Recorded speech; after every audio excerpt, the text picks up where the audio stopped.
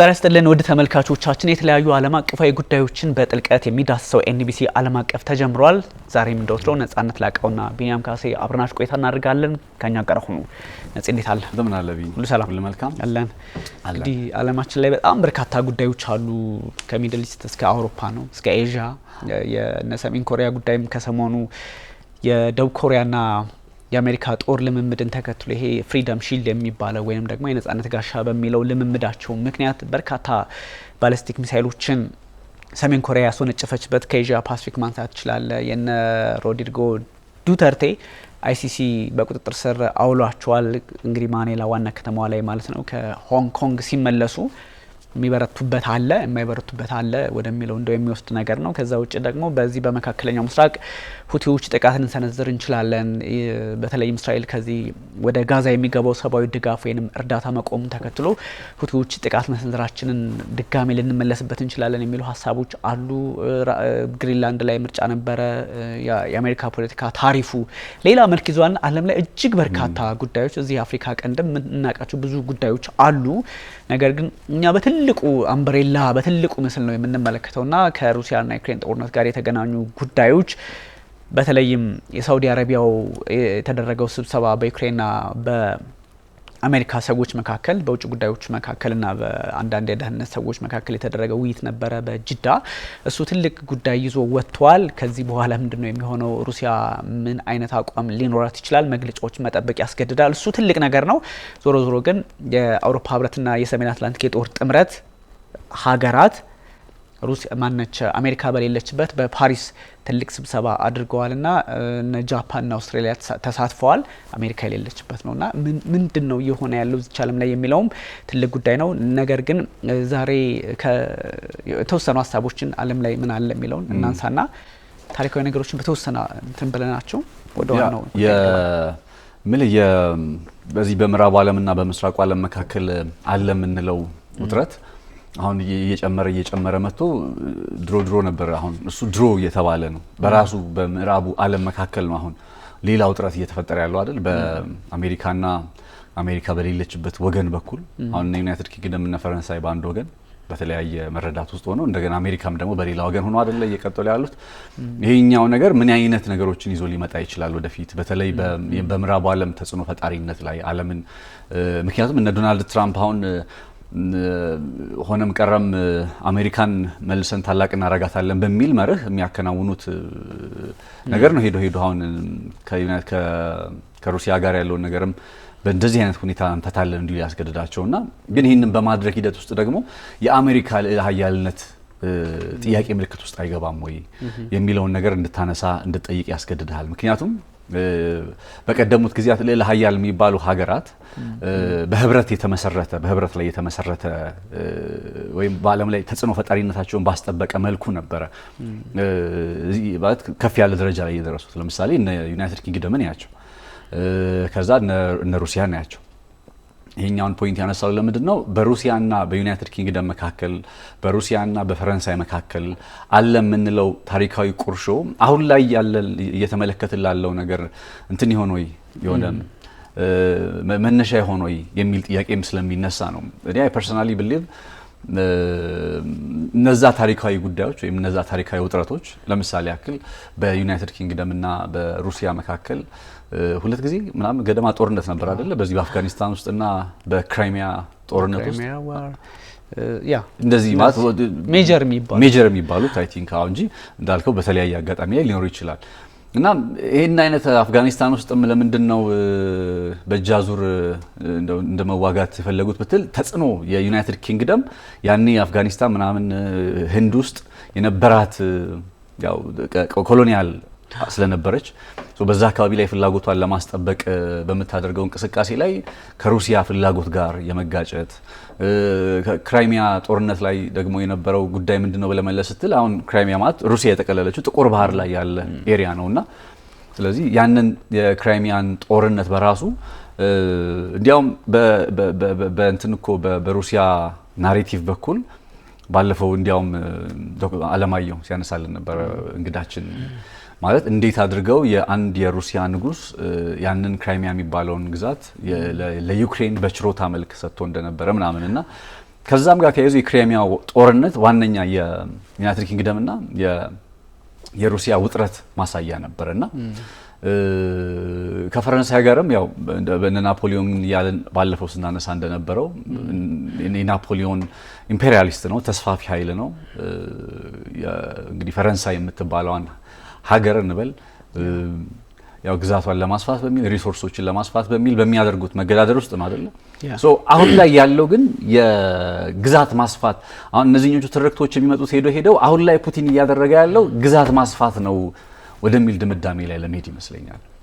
ስለዚህ በቀደመው ሰዓት በቃ ታሪክን በታሪክነቱ እንመልከተውና የሩሲያን እና ከምዕራቡ ዓለም ጋር የነበራትን ውጥረት በታሪክነቱ ተመልክተን አሁን ግን ለነ ሩሲያ የኤክስፓንድ የማድረግ ኢምፔሪያሊስት የመሆን ጉዳይ ነው ወይንስ የሰርቫይቫል ጉዳይ ነው እንዲህ መከራቸውን እንዲበሉ እያሳያቸው ያለው የሚለው ነገር መነሳት አለበት ብዬ ስለማምን ነው። ቢኒ ያ ልክ ነው፣ እንመጣበታለን። ጉዳያችን የሚሆነው እሱ ነው። አሁን ላይ ያለው ነገር ላይ ነው ምንድነው የሚሆነው የሚለውን ነገር አንደምታውን ማሳየትም ስለሆነ ግን እንዳልከው በተለይም እነዚህ የምዕራቡና የምስራቁ ዓለም ተብሎ ሲከፈል ብዙ ጊዜ ሩሲያና እንግዲህ አሜሪካ የምትመራውን ዓለም ነው አብረን የምናነሳው። አሁን ምናልባት ነገሮች እየተቀየሩ ሊሄዱ ይችላሉ የሚል ግምት ካልኖረ በስተቀር ከዚህ ቀደም የነበሩ ሂደቶችን ስንመለከታቸው በእርግጥ የብሪታንያና የሩሲያ የሁለቱ ሀገራት ውጥረት ደግሞ ልክ መካከለኛው ምስራቅ ላይ ከዚህ በፊት አንተና እኔ ስንነጋገር ከ1948 ጀምሮ እስራኤልና ኢራን ላለፉት 40ና 50 ዓመታት የተለያየ አይነት አራት አይነት ምዕራፎችን የተሻገረ ግንኙነት ነበራቸው።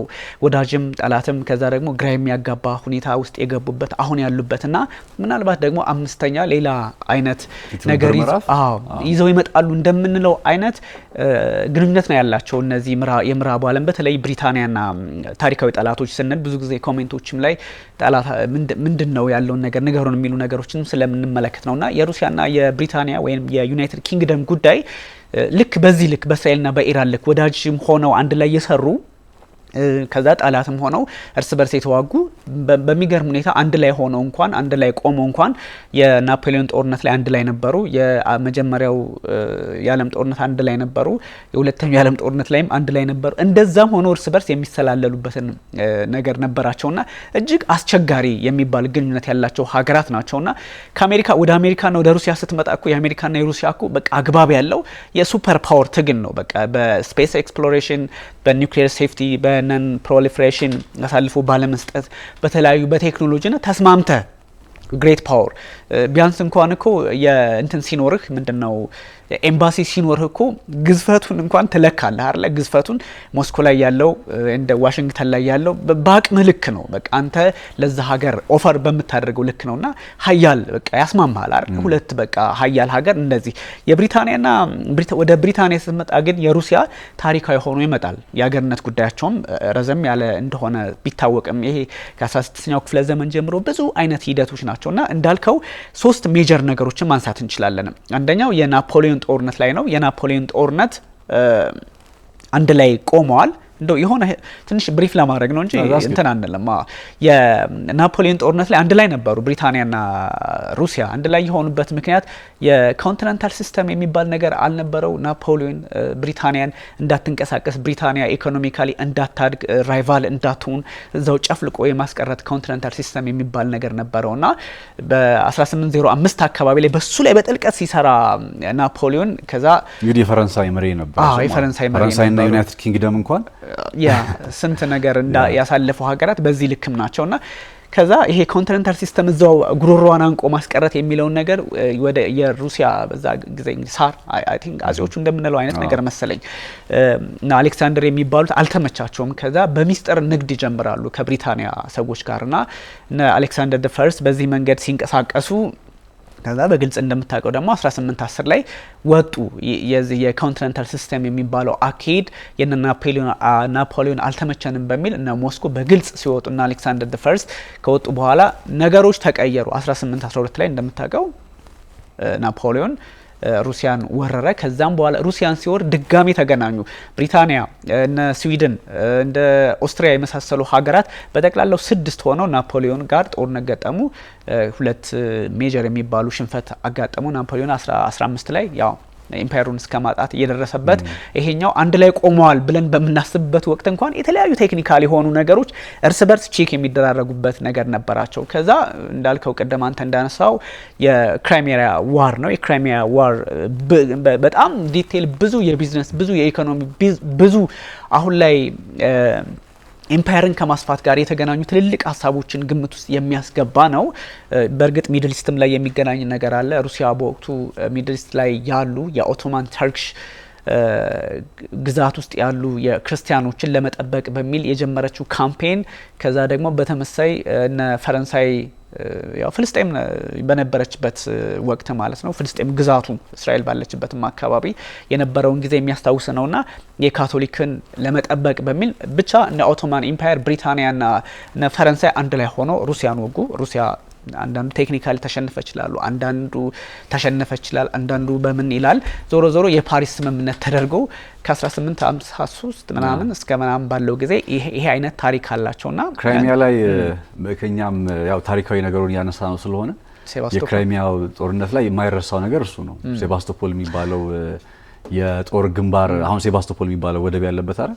ያ ሶ አጼ ቴዎድሮስን መድፋቸውን ሴባስቶፖል ብለው የነበረበት አጋጣሚ ያኔ ምን ያው ኢንተርናሽናል ፐርስፔክቲቭ ቢኖረውም ይሄኛውን ስለ ክራይሚያ ጦርነት አንስተን አለማንሳት እንደው እንትን እንዳይሆንብን ብዬ ነውና የአጼ ቴዎድሮስን መድፋቸውን ሴባስቶፖል ብለው የሰየሙት እንዴት ክርስቲያኗን ሩሲያ ከኦቶማኖች ጋር ተደርበው እነ ሩሲያና እነ ዩናይትድ ኪንግደም እና እነ ፈረንሳይ ይወጓታል ብለው ለዛ ነው ሴባስቶፖል የተባለው መድፉና ብዙ አያቀበል ተቆም ለማድረግ ያክል ነው ያው ስለ ክራይሚያ ጦርነት ስላነሳ እና ብዙ ፐርስፔክቲቫቸው ብዙ ነው።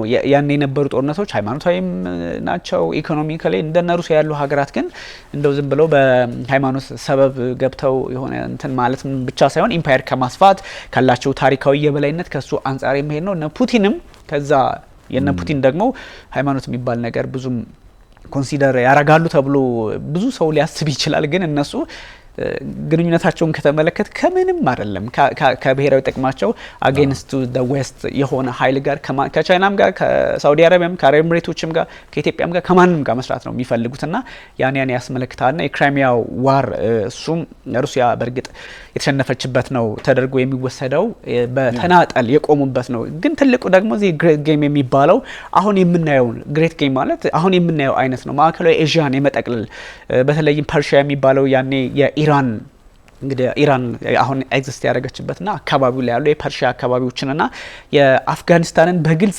በመቆጣጠር ወደ ማዕከላዊ ኤዥያ በመስፋት አይነት ፖለቲካ ውስጥ ብሪታንያና ሩሲያ በትክክል አሁን ያለንበትን ዓለም የሚመስል ፉክክር ነበራቸው። አንተ እንዳነሳው የህንድ ጉዳይ ባፈር ዞን በጣም በሚገርም ሁኔታ የሆነ ድንበር የሆነ አገር ከሄዱ በኋላ አንድ ሁለት አገር ዘለው ከሄዱ በኋላ አንድ ኮሎኒ ካለ ወይንም ደግሞ በቅኝ ግዛት ስር ያለች ሀገር ካለች ለሷ ባፈር ዞን ለሷ ከወታደራዊ ስጋት ነፃ የሆነ ቀጠናን ለማበጀት በሚል ሌላ አይነት ትርምስ ሩሲያና ብሪታንያ ገብተው ያውቃሉ። ከዚህ በፊት ህንድን ላለማስነካት ወደ ህንድ የሚደረገው ጉዞ አልተመቸኝም፣ ወደ ኢስትዋርድ ሩሲያ እየሰፋች ነው የሚል ነገር ሲመጣባት ህንድ ላይ እንዳደርስባት አጥሬ መዝጋት ፖለቲካ ነበረ። ከዛ የዚህ የመካከለኛው ምስራቅ ጉዳይ ፈረንሳይ የገቡበት የሶሪያን የሊባኖስን ጉዳይ በቀኝ ግዛት ስም በተለያየ ፕሮቶክተር ምንድነው የሚባለው ይሄ በውክልና ወይንም ደግሞ አንተ ተጠሪ የሆነ ልክ እንደ ፓለስታይን የብሪቲሽ ማንዴት እንደሚባለው አይነት ነገር ብዙ ነገሮችን አሁን ላይ ያለውን የመካከለኛው ምስራቅ የፖለቲካ ትርምስ ምስሉን የፈጠረ አጋጣሚ የፈጠሩት በዚህ በ19ኛው ክፍለ ዘመን ወይንም ደግሞ ግሬት ጌም በሚሉት ነው። በዚህ ሁሉ ሂደት አልፈው ነውና አሁን የናፖሊዮን አለን የክራይሚያ ዋር አለን ብዙ ነገሮችን ማንሳት እንችላለን። የግሬት ጌም አለ፣ አሁን የገቡበት አለ። 2006 ላይ እንደምታስታውሰው አንድ የኤፍኤስቢ ወይንም የሩሲያ የስለላ ድርጅት ሰው ኦፊሰር ነበረ። እሱ አንድ የሩሲያ ኦሊጋርክ አይነት ነገር ባለሀብት ነው። እሱን ግደል ተብያለሁ ብሎ 2000 ላይ ወደ ዩኬ ይሄዳል። ዩኬ ከሄደ በኋላ 2006 እንግዲህ ተመርዘው ሞተዋል። ያ ማለት እንግዲህ እነ ፕሬዚዳንት ቭላድሚር ፑቲን ፕሬዚዳንት ነበሩ አለ ያኔ እሳቸው ናቸው ተብሎ ይታሰባል። እንዲህ አይነትም ጸብ አለ። ከዛ 2018 ላይ ያለውን ደግሞ የነ ሰርጌን የምታስታውሰው ነው ከልጃቸው ጋር የተመረዙበት። እሱም የሩሲያ ሚሊታሪ ነበር፣ ደብል ኤጀንትም ሆኖ ለብሪታንያ ይሰራ ነበርና እነዚህ ሁሉ እኛ እንኳን ዜና መስራት ወይም ደግሞ ማስታወስ የምንጀምርባቸውን ኢቨንቶች እንኳን ስትመለከት መመረዝ፣ እርስ በርስ ስለላ ውስጥ መግባት ምናምን አይነት ድብቅልቅ ያለ የፖለቲካ እንትን ያላቸው ሀገራት ናቸውና ልክ ነው። በጣም የተወሰነ ፖይንት ማለት አሁን ያነሳቸውን ሂስቶሪካል ፐርስፔክቲቮች በደንብ እንዲህ ጠቅላላ ልታረጋቸው የአሁኑን ዓለም ለማውራት ያመቸን ዘንድ ነው ሀሳቡን ያነሳው። ምክንያቱም ትላንትና ላይ ያለው የፓወር ግድድር ነው አይደል? አዘይ ነው ዩናይትድ ኪንግደምና ወይም እንግሊዝና ሩሲያ ይሄ ታሪካዊ ጸብ ናቸው። ለምሳሌ ኢትዮጵያና ግብጽ ታሪካዊ ጠላትነት አላቸው ብያን ስንገልጽ ባለፈው አምባሳደር እንዲያውም እንደዛ ትበሉ እያሉን የፓወር መገዳደር የኢትዮጵያና የግብጽ ጉዳይ ስንል ይሄ ታሪካዊ ምናምን የሚለው ፖይንት ምን ማለት ነው? በቀጠናው ላይ የበላይነትን አስጠብቆ ለመቀጠል አይደለ? ቀጠናዊ የበላይነትን አስጠብቆ ለመቀጠል በሚደረግ ጥረት ውስጥ ጠንካራ ስለመሆን የምታወራው እንጂ ታሪካዊ ጠላትነት ጦርነት ምናምን ከሚል ሴንስ አይደለም። አብረው ሰሩ። ብሪታንያና ሩሲያ አብረው ሰሩ፣ ተጣሉ፣ አብረው ሰሩ፣ ተጣሉ። ታሪካዊ በጊዜያት ውስጥ የበላይነታቸውን አስጠብቀው ለመቀጠል ያን የሚያደርገው ነባራዊ ሁኔታ በዛ ሰዓት አሜሪካ አልነበረችማ። ለምሳሌ በ20ኛው ክፍለ ዘመን መጀመሪያ ማለትም ከ1900 ጀምሮ ባለው ከ1900 እስከ 1999 ባለው የ20ኛው ክፍለ ዘመን ተብሎ በሚጠራው ጊዜ ውስጥ አሜሪካ ገና ይሄ ወደ ስልጣኔው እየጀመረች ያለበት ጊዜ ነበረ። በተለይ ድፍድፍ ነዳጅ ምናምን ካገኙ በኋላ አይደል ዛትስ ፖይንት የአሜሪካ ሰክሰስ ሚስጥር ድፍድፍ ነዳጅ ነው። እና ያንን አይነት ከማድረጋቸው በፊት በነበሩት ጊዜያት ግን ምንድነው ብለህ ስትመለከት የኢንዱስትሪ ሪቮሉሽንን ተከትሎ በመጣ አብዮት ውስጥ ለምሳሌ ዩናይትድ ኪንግደም ወይም እንግሊዝ ውስጥ ኢንዱስትሪያል ሪቮሉሽን ተቀሰቀሰ። ከዛ ለምሳሌ እንጨትን በኮል ወይም በድንጋይ ከሰል የመተካት ሂደት እዛ ዩናይትድ ኪንግደም ጀመረ። ከዛ ወደነ ፈረንሳይ ሄደ። እንዲህ ያለ ነው ወደነ ሩሲያ ሄደው። ሶ በእነ ሩሲያ የመሰሉ ሀገራት ደግሞ በሪሶርስ ሪች ስለሆኑ ጊዜው በሚጠይቀው ወይም ዘመኑን በሚጠይቀው አይነት ቴክኖሎጂ ወይም እንግዲህ የድንጋይ ከሰል ቴክኖሎጂ ካልነው አላውቅም፣ ሪሶርሱ አላቸው ገብቷል። ሶ ወዲያውኑ ነው መረጃው ሲኖራቸው ወይም እንደዚህ ማድረግ ይቻላል ተብሎ ለምሳሌ የስቲም ፓወር ስለ ኢነርጂ ስለሆነ አድኔው ሰደ የዓለም ፓወር ጉዳይና ሶ በእንደዚህ አይነት ሁኔታ ውስጥ መገዳደሩ ስላለፉ ነው አሁን የምትላቸውን ነገሮች ቅድም የዘረዘርናቸው ታሪካዊ ጦርነት ውስጥ ክሬሚያ ዋር ያልነው በናፖሊዮን ጦርነት ውስጥ ኢቭን እንኳን ናፖሊዮን ፈረንሳይ ነው። ቅድም እንዳልኩ ፈረንሳይና ዩናይትድ ኪንግደም አሁን ምንድነው የሚባለው ምን ካላደረግና እያሉ የሚሰኙ ሀገራት በጣም የጋራ ወይም ተመሳሳይ አቋም አለን የሚሉ ሀገራት ናቸው። የምዕራብ ዓለም ምናምን የሚሉ ናቸው። ግን በታሪክ አጋጣሚ ላይ የሆነ ሁለት የተለያየ ነገር ውስጥ ገብተው ጦርነት ውስጥም ያሳለፉበት በርካታ ዓመታት አለ። የናፖሊዮን ቅድም ያነሳውም ደግሞ እንደዚሁ የሚጠቀስና ሀገራት በልዕለ ኃያልነት በሚባለው ደረጃ ባይሆን እንኳን ግን የበላይነታቸውን ቀጠናዊ የበላይነታቸውን አስጠብቀው ለመቀጠል በሚያደርጉት ጥረት ውስጥ የሚፈጠሩ ጦርነቶች፣ ኮንፍሊክቶች ውጤት ነው። እነዛ ነገሮች እነዛ ጦርነቶች ምን ነው እየቀረጹ የሚሄዱት የዛች ልዕለ ኃያል ሀገር ወይም ታላቅ ሆና የምትወጣዋን ሀገር እጣ ፈንታ ነው እየቀረጹ የሚሄዱት። ስለዚህ በሩሲያና በዩናይትድ ኪንግደም መካከልም የነበረው የጦርነትም የግጭትም የውጥረትም የወዳጅነትም የስቴፕ ባይ ስቴፕ የተለያየ አይነት ሪሌሽኖች ከምን ጋር የተገናኙ ናቸው? በቀጠናው ላይ አንደኛ ራሳቸውን አስጠብቀው አስከብረው ከዛም ያልፍና ግን ደግሞ የበለጠ ሆነው የመቀጠል ምክንያቱም ራሽያ አሁን ዱ ዩ ቲንክ ዝም ብለህ ስታስበው እኮ ድንገት መታ አይደለም ከና አሜሪካ ጋር የምትፎካከር ሀገር የሆነችው ፓተርን አሉ። እነ ዩናይትድ ኪንግደም ከቀዝቃዛው የዓለም ጦርነት ወቅት ወይም ደግሞ የሁለተኛ የዓለም ጦርነት ከተጠናቀቀ በኋላ ለምንድን ነው እንግዲህ ዋንስ አስበው ዩናይትድ ኪንግደም ምንላት ሀገር እኮ በፀሐይ በእኛ ኢምፓየር ላይ ፀሐይ አጠልቅም ሲሉ የነበሩ ኮሎኒያል የሆኑ ስቴቶች ናቸው። በጣም ዓለምን ኦልሞስት ሲገዙ የነበሩ ስቴቶች ሽፍት አደረገ። ግን ፎርሙ ሽፍት አደረገ። ዳይሬክትሊ ነበር ሄደው ቀኝ ግዛት ይገዙ የነበረው። ከሁለተኛ የዓለም ጦርነት በኋላ ግን ቅርጹ እየተቀየረ መጣ። ቅርጹ እየተቀየረ መጣና ማጠንጠኛው ጉዳይ ሪሶርስን መቆጣጠርና ከዛ በእነዚህ ሀገራት ውስጥ የራሳቸው መንግስት መስርተው ማድረግ ሊቻል በሚቻልበት ለምሳሌ አፍሪካ ውስጥ ስትመለከት አፍሪካ ነፃነታቸውን ያገኙት መቼ ነው? ከሁለተኛ የዓለም ጦርነት በኋላ 1950ዎቹ መጨረሻና 60ዎቹ ላይ ነው አይደል? ስለዚህ እንግዲህ አፍሪካን ኢንዲፔንደንት አገኙ ወይም ነፃ ሀገር ሆኑ ብንልም እንኳን ግን ደግሞ አሴም ታይም ነፃ አልሆኑ። የትኛውም ኤክሴፕት ምልክ ኢትዮጵያ በቀር ስቲል በዚህ ዘመንም ራሱ ነጻነታችን ጥያቄ ውስጥ መግባት አለበት። እውነት ለመናገር ይሄ መነሳት ያለበትን ጉዳይ ስለሆነ አሁን የኛውን ፖይንት ማነሳለን።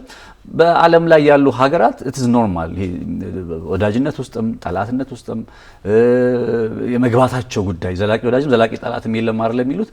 ይሄኛው ነገር ግን ሩሲያን ሪሶርሱ ስላላት አቅሙ ስላላት ከሁለተኛ የዓለም ጦርነት መጠናቀቅ በኋላ ይባላል ከሁለተኛ የዓለም ጦርነት መጠናቀቅ በኋላ ኦልሞስት አሜሪካ እኮ 75 ከመቶ የሚሆነውን የዓለም ነዳጅ ነው መቆጣጠር የቻለችው። በዓለም ላይ አለ የሚባለውን እነ ኢራን ውስጥ በትል እነ ኢራን ጋር ቅድም ባልከው ጊዜ ላይ የነበረውን ከነ እስራኤል ጋር የነበረውን ወዳጅነት እናውቃለን። በቃ መካከለኛው ምስራቅ ላይ የሩሲያ ሲቀር በሌላ ቋንቋ የሩሲያ የነዳጅ ሀብት ሲቀር የሩሲያ ሪሶርስ ሲቀር ከዛ ውጭ ያለውን የዓለም ክፍል ላቲን አሜሪካ ውስጥም የትም ውስጥ ብትል አሜሪካን ተቆጣጥራ የቀጠለችው። በዚህ ሂደት ውስጥ ዘ ኦንሊ ቲንግ የነበራት ዩናይትድ ኪንግደም የት ነበረ? ኢራን ውስጥ ነበረ። ከ1900ዎቹ ጀምሮ ኢራን ውስጥ ነበር ሪሶርስ የነበራት።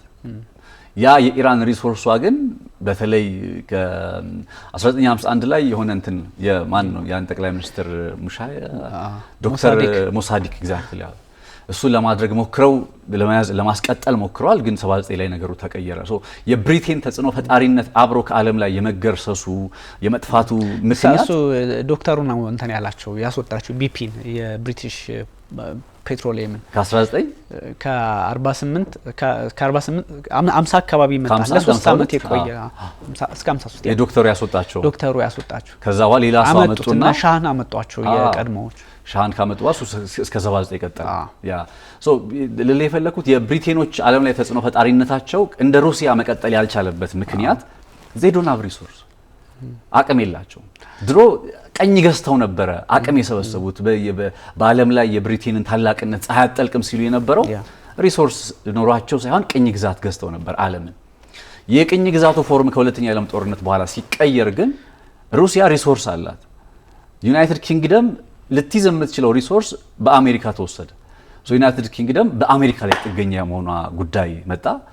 ሩሲያ ደግሞ ያላትን ሪሶርስ አስጠብቃ ቀጠለች። ስለዚህ ስታነጻጽራቸው ከዚህ ቀደም ታሪካዊ ነገራቸው እንዳለ ሆኖ አሁን ላይ ባላቸው ነባራዊ ሁኔታ ዩናይትድ ኪንግደም እና ሩሲያ ካያቸው ሰማይና ምድር ያክል የሚራራቁ ሀገራት ናቸው። በጦር መሳሪያ ፓወር ብትል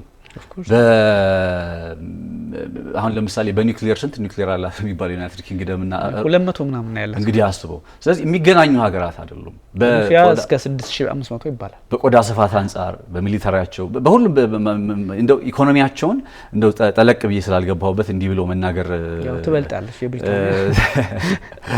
ስለዚህ ግን እንደዛም ሆኖ ያው የዓለማችን ወርቅን ያዙት እነሱ ናቸው። አጤንዶ ሰዴ ደግሞ ኮዝም ብለህ ታስበው የንግስቷን የወርቅ እንትና ታስታውሰው የወርቅ ክፍል ሲያሳዩን የነበረው እና ይሄኛው አይነት ታሪካዊ ቁርሾ ስላለባቸው አሁን ላይ ጦርነት ውስጥ ቢገቡ ለምን ይመስላል አሁን አቅም ቢኖራት እንደ ፈረንሳይ እንኳን ትናገር ዩናይትድ ኪንግደም ፈረንሳይ ተቀጥታ ልግባ ምናምን ስትል እንኳን ወይም ጦሮችን ልላክ ስትል ዩናይትድ ኪንግደም ግን ኖ አሜሪካ ከሌለች ትላለች። ቢኮዝ ካለ አሜሪካ በቃ ምንም እንዳትሆነ ምንም ማድረግ እንዳትችል ሆና ነው አሁን ላይ የተፈጠረችው ወይም ከሁለተኛ ዓለም ጦርነት በኋላ። ሩሲያ ግን ካለማንም ተጽዕኖ በነጻነት ራሷ መሆን እንድትችል ሆና ነው ቀዝቃዛ የዓለም ጦርነትን በለው አሁን ፑቲን ዟት የመጣውን መንገድና ሶ ምንም እንኳን ቀደሙት መገዳደር ቢኖራቸውም አሁን ላይ ያላቸው ነባራዊ ሁኔታ ግን በተለይ በሚሊተሪ በኩል ጹም የማይገናኙ ሀገራት ወይም በቃ አሁን ቀጥታ ዩናይትድ ኪንግደም እና ሩሲያ ጦርነት ውስጥ ቢገቡ ብትል the only thing ከኒውክሊየር ጦር መሳሪያ ካልሆነ በቀር ስጋት ሊሆን የሚችለው ከዛ ውጭ ባለው ምንም የሚነጻጸሩ ሀገራት አይደሉም። ፔሳይዶን የሚባለውን ታውቀዋለህ አይደል? ኒውክሊየርም እንትን ይላል ኒውክሊየር ይጭናል ባህር ሰርጓጅ ነው መደበኛ ጦርነትም ይዋጋልና እሱን አንዳንድ ያው የሩሲያ እንትኖችም ከፍ ሊያደርጉት ይችላል። እሱን ውሃ ማዕበል በማስነሳት ብቻ ዩክሬን ማነች ለንደንን አደጋ ውስጥ መክተት ይችላል። እነሱ የሚጠቀሙትን ቃል መጠቀም ስላልፈለኩ ነውና እጅግ ውስብስብ ቴክኖሎጂን ይጠቀማሉ። ፑቲን ተኝቶ አያውቁም ላለፉት 30 ምናምን አመታት ከሶቪየት መውደቅ በኋላ ድጋሜ ሶቪየትን ማምጣትም ይሁን ብቻ በምንም መንገድ ተኝቶ አያውቁም።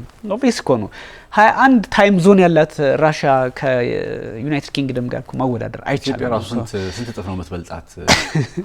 19 እጥፍ እንደዚህ ኦር ምናምን ሜቢ ቼክ ማድረግ ሊኖርብን ይችላል። ግን በጣም በብዙ ጥፍ ነው ካርታቸውን የምንበልጣቸው። አነስተኛ ሀገር ነች፣ ኢምፓየር ነበረች። እሱ ነው ይሄ ማለት ያው አንድ ሀገር የበሬ ግንባር ሆኖ እንትኑን ማስፋት እስራኤል መውሰድም ስለሚቻል ነው። እና ይሄ ነው ግን ትልቁ እንደው ተመልካቾቻችን ብዙ ጊዜኛ ሚድል ኢስት ላይ ያሉ ነገሮችን በቅርበትም ስለሚከታተሉ እስራኤልና ኢራን እንዳላቸው አይነት ወጣ ገባ አይነት ግንኙነት አሁን በጣም ሊተኳኩሱ የደረሱ ቢሆኑም የሆነ ጊዜ ወዳጅ መሆናቸውን መርሳት የለብንም። አብረው ሲሰሩ ነበረ። ነዳጅ ወደ አውሮፓ አንድ መስመር የጋራ መስመር ዘርግተው ወደ አውሮፓ ሲልኩ ነበረ። እንደምንለው የሆነ ሰዓት ወዳጅ ነበሩ። አሁን ኒውክሌር ኢራን ከሞከረች እስራኤል ላይ ነው የሚሆነው፣ እስራኤልም ከሞከረች ኢራን ላይ ነው እንደሚባለው አይነት ግንኙነት ደርሷልና የዓለም ፖለቲካ የብሪታንያና የሩሲያ ደግሞ እድሜያቸውም ትንሽ ሳብ ያለ ስለሆነ ወደ ኋላ በጣም ስትሄድ እንደዚህ አይነት ጣጣ ከ16ኛው ክፍለ ዘመን ጀምሮ ከስልጣኔ ጋር አብሮ የመጡ እንትኖች አሉና ይሄ በነገራችን ላይ እነዚህ አንተ ጥሩ ሀሳብ ቅድም አንስተሃል። አሜሪካን ጠፍጥፈው ሰሩ እነ ብሪታንያ ይባላል አይደል? ከዛ ደግሞ ከሁለተኛው የዓለም ጦርነት በኋላ እንደው ለማለት የማያስደፍር ቢመስልም ዩናይትድ ኪንግደም በእነ አሜሪካ አይነት ምስል ነው እየተጠፈጠፈች ያለችው። ሰሯት ማለት ባችልም ግን በቃ አሁን ኬር ስታርመር እኮ ሲናገሩ የትራምፕን ንግግር መንፈስ እሱን ግምት ውስጥ አስገብተው ነው ይሄ እንኳን ምናምን እያሉ ነው። ምክንያቱም ያለ አሜሪካ ዩናይትድ ኪንግደም የምትሄድበት ርቀት ቅድም ያነሳው ነገር ነው። እንደው የኒውክሌሮቹን ጉዳይ እንኳን ስናነጻጸር ያየነው ነው። ኢኮኖሚ ወሳኝ ነው በዚህ ዓለም። ግን እንደ ቻይና ኢኮኖሚውንም ጦሩንም ምኑንም እያልክ ሁሉንም ነገር ይዘህ የምትሄድ ካልሆነ ተገዳዳሪ መሆን ስለሚሳነህ አስቸጋሪ ነገር ነው። ከዚህ በፊትም እኮ አይ ቲንክ 1765 ከ83 በነበረው ብሪታንያን ከቅኝ ግዛቷ ለማስወጣት በተደረገው ጥረት እኮ እነ ካትሪን የሚባሉት ወይንም ደግሞ ካትሪን ዘ ግሬት የሚባሉት የሩሲያ መሪዎች ያኔ ጣልቃ መግባት አልፈለጉም እኮ። በዛ ጦርነት ተጠይቀው ነበረ፣ ጣልቃ መግባት አልፈለጉም። ምንድነው ያደረጉት? ዝም ነው የመረጡ። ስለዚህ ከነዚህ ከተፋላሚዎቹ ነጻነት ከፈለጉ ሰዎች ጎን ቆሙ የሚል ድምዳሜ የተደረሰበት ደረጃ ነበረ። ስለዚህ እንደውም እኮ ሩሲያና አሜሪካ ያላቸው ግንኙነት የሀያላን ስለሆነ ቅድም ባነሳውልህ ግልጽና ግልጽ ኒውክሌር እንዳትጠቀም፣ ኒውክሌር አሳልፈ እንዳትሰጥ፣ ወደዚህ እንዳትሄድ በአንቀጽ በስምምነት በቃ አቅም ሲኖር የሚደረገውን ነገር በስምምነት ብቻ ያደረጉበትን ሂደት ነው የሚያስመለክቱን። የብሪታንያና የሩሲያን ስትመለከት ግን እንደዚህ በመሰለል በመርዝ በመገዳደል መርዝ ሲባል መርዝን ካርለም ፖይዝን በማድረግ በሚለው አንፃር ነው። በሱሱ ሁሉ ያለፉ ናቸው። ወዳጅ ሆነው እኮ አንድ ላይ ሆነው እኮ በሁለተኛው የዓለም ጦርነት ውጊያ ውስጥ ሆነው እኮ ቼክ ይደራረጋሉ፣ ይተዋወቃሉና 1930ዎቹ 50ዎቹ ላይ እኮ በሚገርም የስለላ የሩሲያ ሰዎች እኮ የብሪታንያን አቅም ወታደር ኤስታብሊሽመንታቸው ምናምን ቼክ ያደርጉ ነበር። አብረው እየሰሩ እንኳን የማይተማመኑ ናቸው። በእርግጥ ይሄ የጸጥታው ምክር ቤት አንድ ላይ ሲሆን እኮ የማይተማመን ጓደኛ አይነት እንደሚባለው ተረት እኮ ነው። ስለማይተማመኑ እኮ ነው አንድ ላይ መሰረቱ እንዲ እንዳታረጉ አይነት ነገር። በዛ ላይ ደግሞ የሲቪል ዋሩ ከ1861 አይደለ እስከ 65 በነበረው ሲቪል ዋር የአሜሪካ በደንብ ራሻ የአላስካንም ጉዳይ ስለምናስታውሰው ነው በደንብ ራሻ ስትሰራ ነበረ። ይሄን የምታደርገው ለምንድን ነው?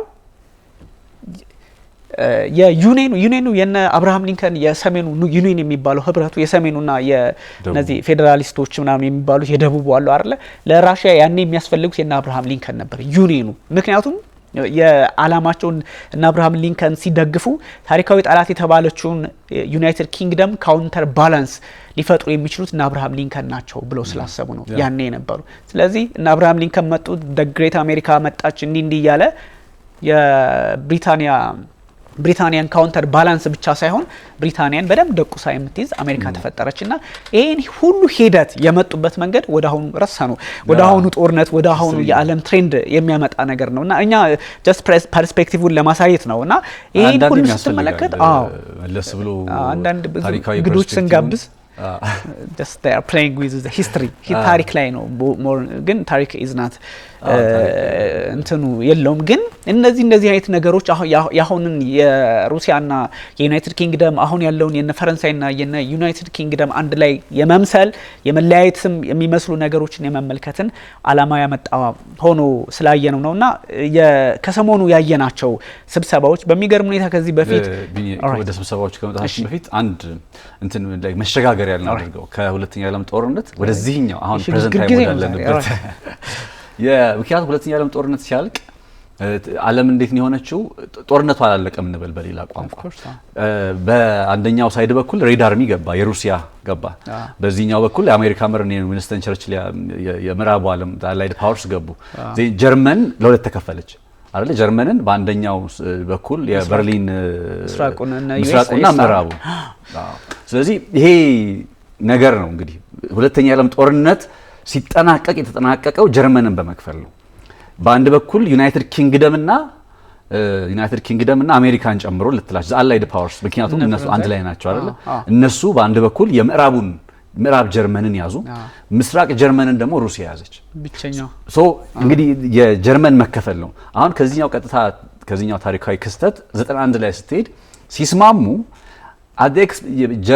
የጀርመን ውህደትን ለመፈጸም ጀርመን እንድትዋሃድ ሲፈቅድ የሩሲያ አስተዳደር ወይም ማን ነበረ እነ ጎርባቾቭ የነበሩበት ጊዜ ማለት 91 የነበረበት ሮናልድ ሬገን በአሜሪካዎቹ ሳይድ የተስማሙበት የሚባለው ሀሳብ ምንድነው? ኔቶ ከዚህ በኋላ አይስፋፋም ብለው ሲነጋገሩ ጀርመንን ለማዋሃድ ጀርመን ትዋሃድ፣ ሩሲያ የጀርመን ላይ ያላትን ፍላጎት ተወች፣ ወይም ጀርመን አንድ ሀገር ትሁን አለች። ከዛስ በምላሹ ደግሞ ኔቶ የሚባለው አካል ወይም የምዕራቡ ዓለም አካል ወደ ኢስትዋርድ 1 ኢንች አይስፋፋም የሚል በመርህ ደረጃ ስምምነት ላይ ደረሱ። አሁን ይሄ ጉዳይ አለፈና ይሄ ስምምነት ተጥሶ ከዚህ ቀደም በተደጋጋሚ ስናወራቸው የነበሩ የኔቶ መስፋፋት መጣና ዩክሬን ምናምን ላይ ደረሰ። ዩክሬን ላይ ሲመጣ ቀደም ብሎ ጀርመን ውስጥ በምዕራብና ምስራቅ ጀርመን ብለው ተከፍለው የነበሩ ሀገራት ሩሲያ ባንድ ወገን የምዕራቡ ዓለም ባንድ ወገን ሆና የነበሩ ሀገራት ዩክሬን ውስጥም በዛው ኤግዛክትሊ የሁለተኛው ዓለም ጦርነት ሲጠናቀቅ ባለበት ሁኔታ በምትል መልኩ ለመከፋፈል ነው ወይ የሚያስብል አይነት ሁኔታ ሩሲያ የኔቶ መሆን አባል አትሆንም ትላለች ዩክሬንን፣ ዩናይትድ ኪንግደም እና አሜሪካን ጨምሮ ማለት ነው። እነሱ ደግሞ የታሪካዊ መገዳደራቸው ታሪካዊ ፉክክራቸው የመሳሰሉት ነገሮች ምንም እንኳ በመርህ ደረጃ ዩናይትድ ኪንግደም ትባል እንጂ it still includes American because this time ቅድም ብለህ ግሬት ፓወር ናቸው የሚፎካከሩት እነሱ ናቸው። መልኩን ስለቀየረ የዩናይትድ ኪንግደም ለሀያልነት በአሜሪካ ተተክቷል ብዬ ነው የማስበው። እኔ ዩናይትድ ኪንግደም እና አሜሪካን የአንድ ሳንቲም ሁለት ገጽታ አድርጌ ብገልጻቸው ነው የሚሻለው። ስሪታቸውም ሰማው እኮ በቅኝ ግዛት ሄደው ከዛ በኋላ ከንጉሳዊው አገዛዝ ከሞናርኪው አገዛዝ እኮ አያስፈልግም ብለ ኦልሞስት ኢንዲፔንደንት ወደ መሆን ውስጥ እኮ የመጣቻ አይነት ስሪት ነው ያላት እኮ እነ ቶማስ ጄፈርሰን አሜሪካን ዘ ፋውንዲንግ ፋዘርስ የመሰረቱበት አካሄድ ላይ የነበረው አንደኛው ክርክር እኮ ከሞናርካዊ ከሆነው ስርዓት ጋር መቀጠል ይሻላል ወይስ አይሻልም የሚለው ነገርም አብሮ የሚነሳበት ጊዜ ነበር 18ኛው ሴንቸሪ ላይ ማለት ነውና ይሄን ነገር ያነሳው ለምንድነው አሁን ፕሬዘንት ታይም ላይ ያለው ታሪካዊ ማለት የጦር መሳሪያ ግድድርም የፊት ለፊት ጦርነት የምትላቸው ነገሮች ሁሉ ልክ ነው ከዚህ ቀደም ስናያቸው የነበረ ታሪካዊ ጦርነቶች፣ ታሪካዊ ውጥረቶች፣ ታሪካዊ ግጭቶች ተደራርበው መተው ሚቹዋል አሁን አንተማመንም አይደል የሚሉት የምዕራቡ ዓለም ወይም ዩናይትድ ኪንግደም እና ፈረንሳይ ሩሲያ ልትስፋፋ ብትችልስ ሩሲያ እነ ቭላዲሚር ፑቲን ከዚህ በላይ ሊወጡ የሚችሉስ ለምን ሲባሉ አትሊስት በሶቪየት ህብረት ጊዜ ግዛታቸውን አስፋፍተው ጀርመን ድረስ መጥተዋል ነበር የሚል ነገር ነው ያነሳሉ። እነ ቭላዲሚር ፑቲን ደግሞ የለም ምንም እኛ ስጋት አይደለንም፣ ስጋት ከሆነብን እነ ፈረንሳይ ናቸው ስጋት የሚሆኑብን፣ ከዚህ በፊት እነ ናፖሊዮን መጥተዋል ወረውናል ነበር ወይ፣ ስለዚህ አሁን ስጋት ያለብን እነሱ ናቸው፣ ኒውክሊየርም ሊተኩሱብን ይችላሉ፣ ስለሱም ሲያወሩ ሰምተናል እያሉ ደግሞ ሩሲያ በራሳቸው ወገን ያወራሉ።